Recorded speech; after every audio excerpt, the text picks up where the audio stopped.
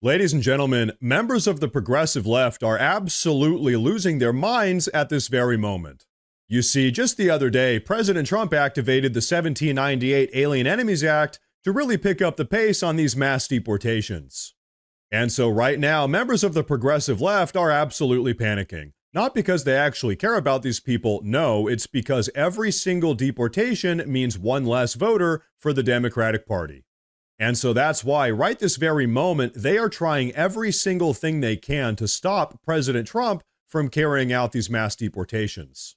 But you see, the problem for the progressives is that Trump's team is pretty much running circles around them. They are absolutely schooling the radical progressives every single step of the way. And hey, if you don't believe me, take a look at this. You say to those who claim you're using a 200-year-old law to circumvent due process? An old law? Not as old as the Constitution. We still pay attention to that, don't we? But some would say this is... How many more terrorists do you plan on deporting to El Salvador? Folks, that is how it's done.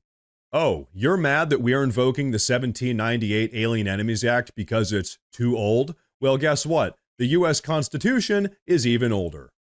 Folks, Tom Homan is an absolute boss. And notice how he just dropped that mic and walked away. He doesn't have time to deal with all of these progressive theatrics. He's got illegal immigrants to deport out of the country. But you know what? Check this out. By now, I'm sure you've all heard that immediately after President Trump activated the Alien Enemies Act, an Obama-appointed federal judge attempted to block it. Now, this federal judge had absolutely no constitutional authority to do this. It was a blatant case of judicial overreach into the executive domain. So you know what Trump's team did? They pretty much ignored the ruling, as they should.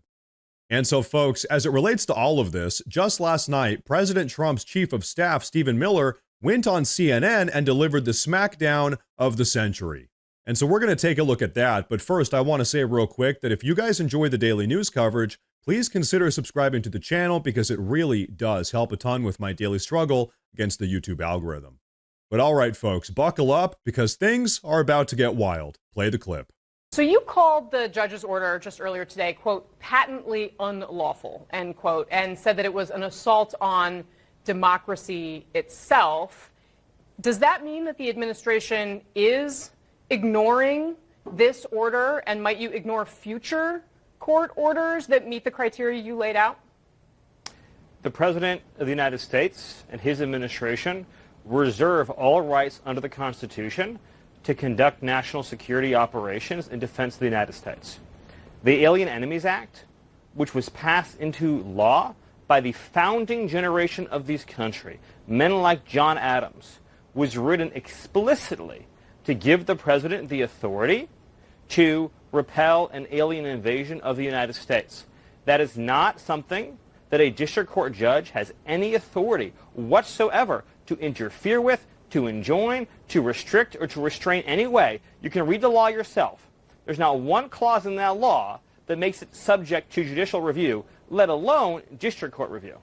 Stephen Miller is absolutely correct here. And you know what? Just in case anyone still doesn't understand how this law works, let's take a look at what the Alien Enemies Act actually says. As Article 1 of the Alien Enemies Act clearly states, when an invasion or predatory incursion has taken place, the president can invoke the act to apprehend, restrain, and remove all associated foreign men over the age of 14 as, quote, alien enemies. Folks, it doesn't really get any clearer than that. Here's the truth. President Trump is completely within his executive legal rights to invoke this act. But you know what? Let's get back to Stephen Miller. So, Stephen, when you say that this person has no authority at all, this is how our system works. It starts with these judges and then continues up.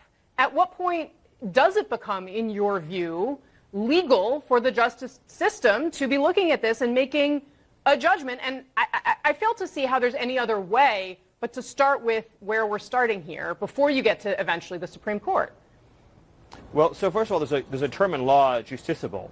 This is not justiciable. In other words, this is not subject to judicial remedy. When the president is exercising his Article 2 powers to defend the country against an invasion or to repel a foreign terrorist that is unlawfully in the country, he's exercising his core Article 2 powers as commander-in-chief. Is Venezuela invading the U.S.? this is a very important point. This is a Title 50 authority. It's a commander-in-chief authority. So just to ask you a simple question, you talk about how the system works. Does a district court judge have the right to direct or enjoin troop movements overseas? Yes or no? Well, Stephen, my question.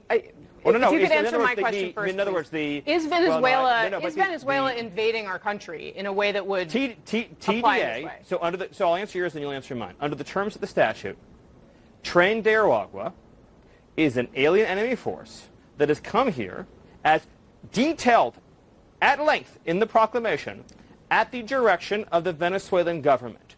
The statute says that a president has the ability to repel an invasion or predatory incursion that is directed by a foreign state government. or a government, right? Are they a state or a government? This would be, yes, it is documented that TDA was sent by the Venezuelan government in the proclamation. And here's an even more important point. Under the Constitution, who makes that determination? A district court judge elected by no one, or the commander-in-chief of the Army and Navy? And you know what? Guess what, folks? Our commander-in-chief, President Trump, in his recent proclamation in which he activated the Alien Enemies Act, clearly said that he has evidence to suggest that Venezuela has been sending these violent Tren de Aragua gang members up into our country. But folks, this next clip is where things start getting funny. Take a look. You're not hearing me and you're not understanding me. Read the statute. Alien Enemies Act, 1798. It says if a predatory incursion is perpetrated by a foreign government. So it lists three qualifying actions. It could be an act of war. It does say in the very beginning there has to be a declared war against a nation or a state. That's what it says. No, wrong. Look up the statute. It's on my account on social media. That's actually where we Everyone found can it go earlier. Yes. It says or a predatory incursion or an invasion. The statute delineates three criteria for triggering the Alien Enemies Act. One is an act of war, which, by the way, an invasion is an act of war, but put that aside. One is an invasion, which this is. One is a predatory incursion, which this is. So it actually meets all three statutory criteria.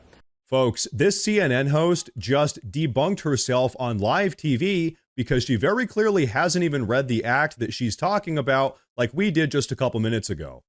She must have thought that she could just bluff her way through the conversation here, but guess what? Stephen Miller has the entire Alien Enemies Act memorized. You said the way our system works is the President of the United States commands the armed forces of the country, commands the foreign policy of the country, and that's subject to district court review. That is fundamentally untrue. I never said that, Stephen. I did not say. That has never been true. This was not a military operation. A district court judge can no more enjoin the expulsion of foreign terrorists to foreign soil that he can direct the movement of Air Force One, that he can direct the movement of an aircraft carrier, that he can direct Marco Rubio to engage in diplomacy in a country or not. Do you think the Supreme Court has any say over this or not? Does the Supreme Court of the United States have any say over the things that you were just outlining right here? I believe what the Supreme Court will say is what I just said, which is that the president's conduct here is not subject to judicial review. Okay, but you are acknowledging that they do, in fact, have a say here, even though you think they may agree with you. What we are expecting is the Supreme Court to say what has always been the case, which is when the president is using his powers as commander-in-chief, those determinations are not subject to judicial review. In other words, the president's designation of Tren de Aragua as a foreign terrorist organization and as an alien enemy are part of his inherent plenary authority. There is no way. At what point in the system, Stephen, how are you going to expel? Hold on. How are you going to expel illegal alien invaders from our country who are raping little girls, who are murdering little girls, if each and every deportation has to be adjudicated in a district court judge? That means you have no country. It means you have no sovereignty. It means you have no future. It is fundamentally incompatible to have a country and have individual expulsions adjudicated by a single district court judge. I'm just trying to figure out at what point in the system do you, because what does the Trump administration believe? Because we do have separation of powers in this country. I hear what you're saying. Yes, you're saying the separation of district powers. court does not This is the judiciary have authority. interfering Stephen, in let me finish. the executive function. Let me that finish. is the separation of powers. Folks, that is the absolute slam dunk argument right there.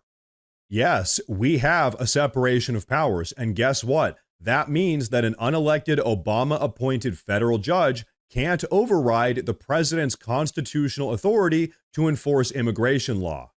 That right there is exactly what these incompetent progressives don't understand. District court judges do not have the authority, as a general matter, to enjoin the functioning of the executive branch. But their authority is at its lowest point when the president is exercising his powers as commander-in-chief. And I asked you a question, you never answered it. Can a judge enjoin troop movements overseas? Can a district court judge enjoin troop movements overseas? Stephen, yes or no? I am not going to get into the just say no, and then you'll know that I'm right. This is a just separate say no, question, and you'll know that Stephen. I'm right. Okay, we're not talking about other Because troops the overseas. president, I need to ask you about something else. The that's president important. issued a proclamation. And folks, there it is. The second that she realized she was wrong, and also talking to someone that knew infinitely more about this than she did, she panicked and tried to change the subject. Really, this is just absolutely typical behavior for the progressives. But you know what? Here's the thing, folks. Their antics aren't working anymore. Real American patriots are back in control of the country, and now it's time to finally put America first. But you know what? We do have to quickly acknowledge just how far gone these Democrats are right now. Right now, they're spending all of their energy defending the right of violent Venezuelan gang members to roam freely inside of our country. Think about that. That is their priority right now. These progressives would run this country into the ground if they could, and we know that because that's exactly what they just spent the last 4 years trying to do. But you know what? Those days are over, and finally, we are putting America first and making this country great again. Now, folks, before we wrap up with today's video, I want to say real quick that I've actually gone ahead and made a community Facebook page where I'll be posting additional news and updates about all of this stuff. So if you guys use Facebook, check out the pinned comment down below and give that page a follow. But everyone, that is going to be a wrap for today's video, so please go down below and drop a comment. Let me know what you think about all of this. Please like the video while you're down there. As I said earlier, please consider subscribing to the channel because it really does help a ton. Thank you all very much for tuning in today, and of course, as always, stay safe.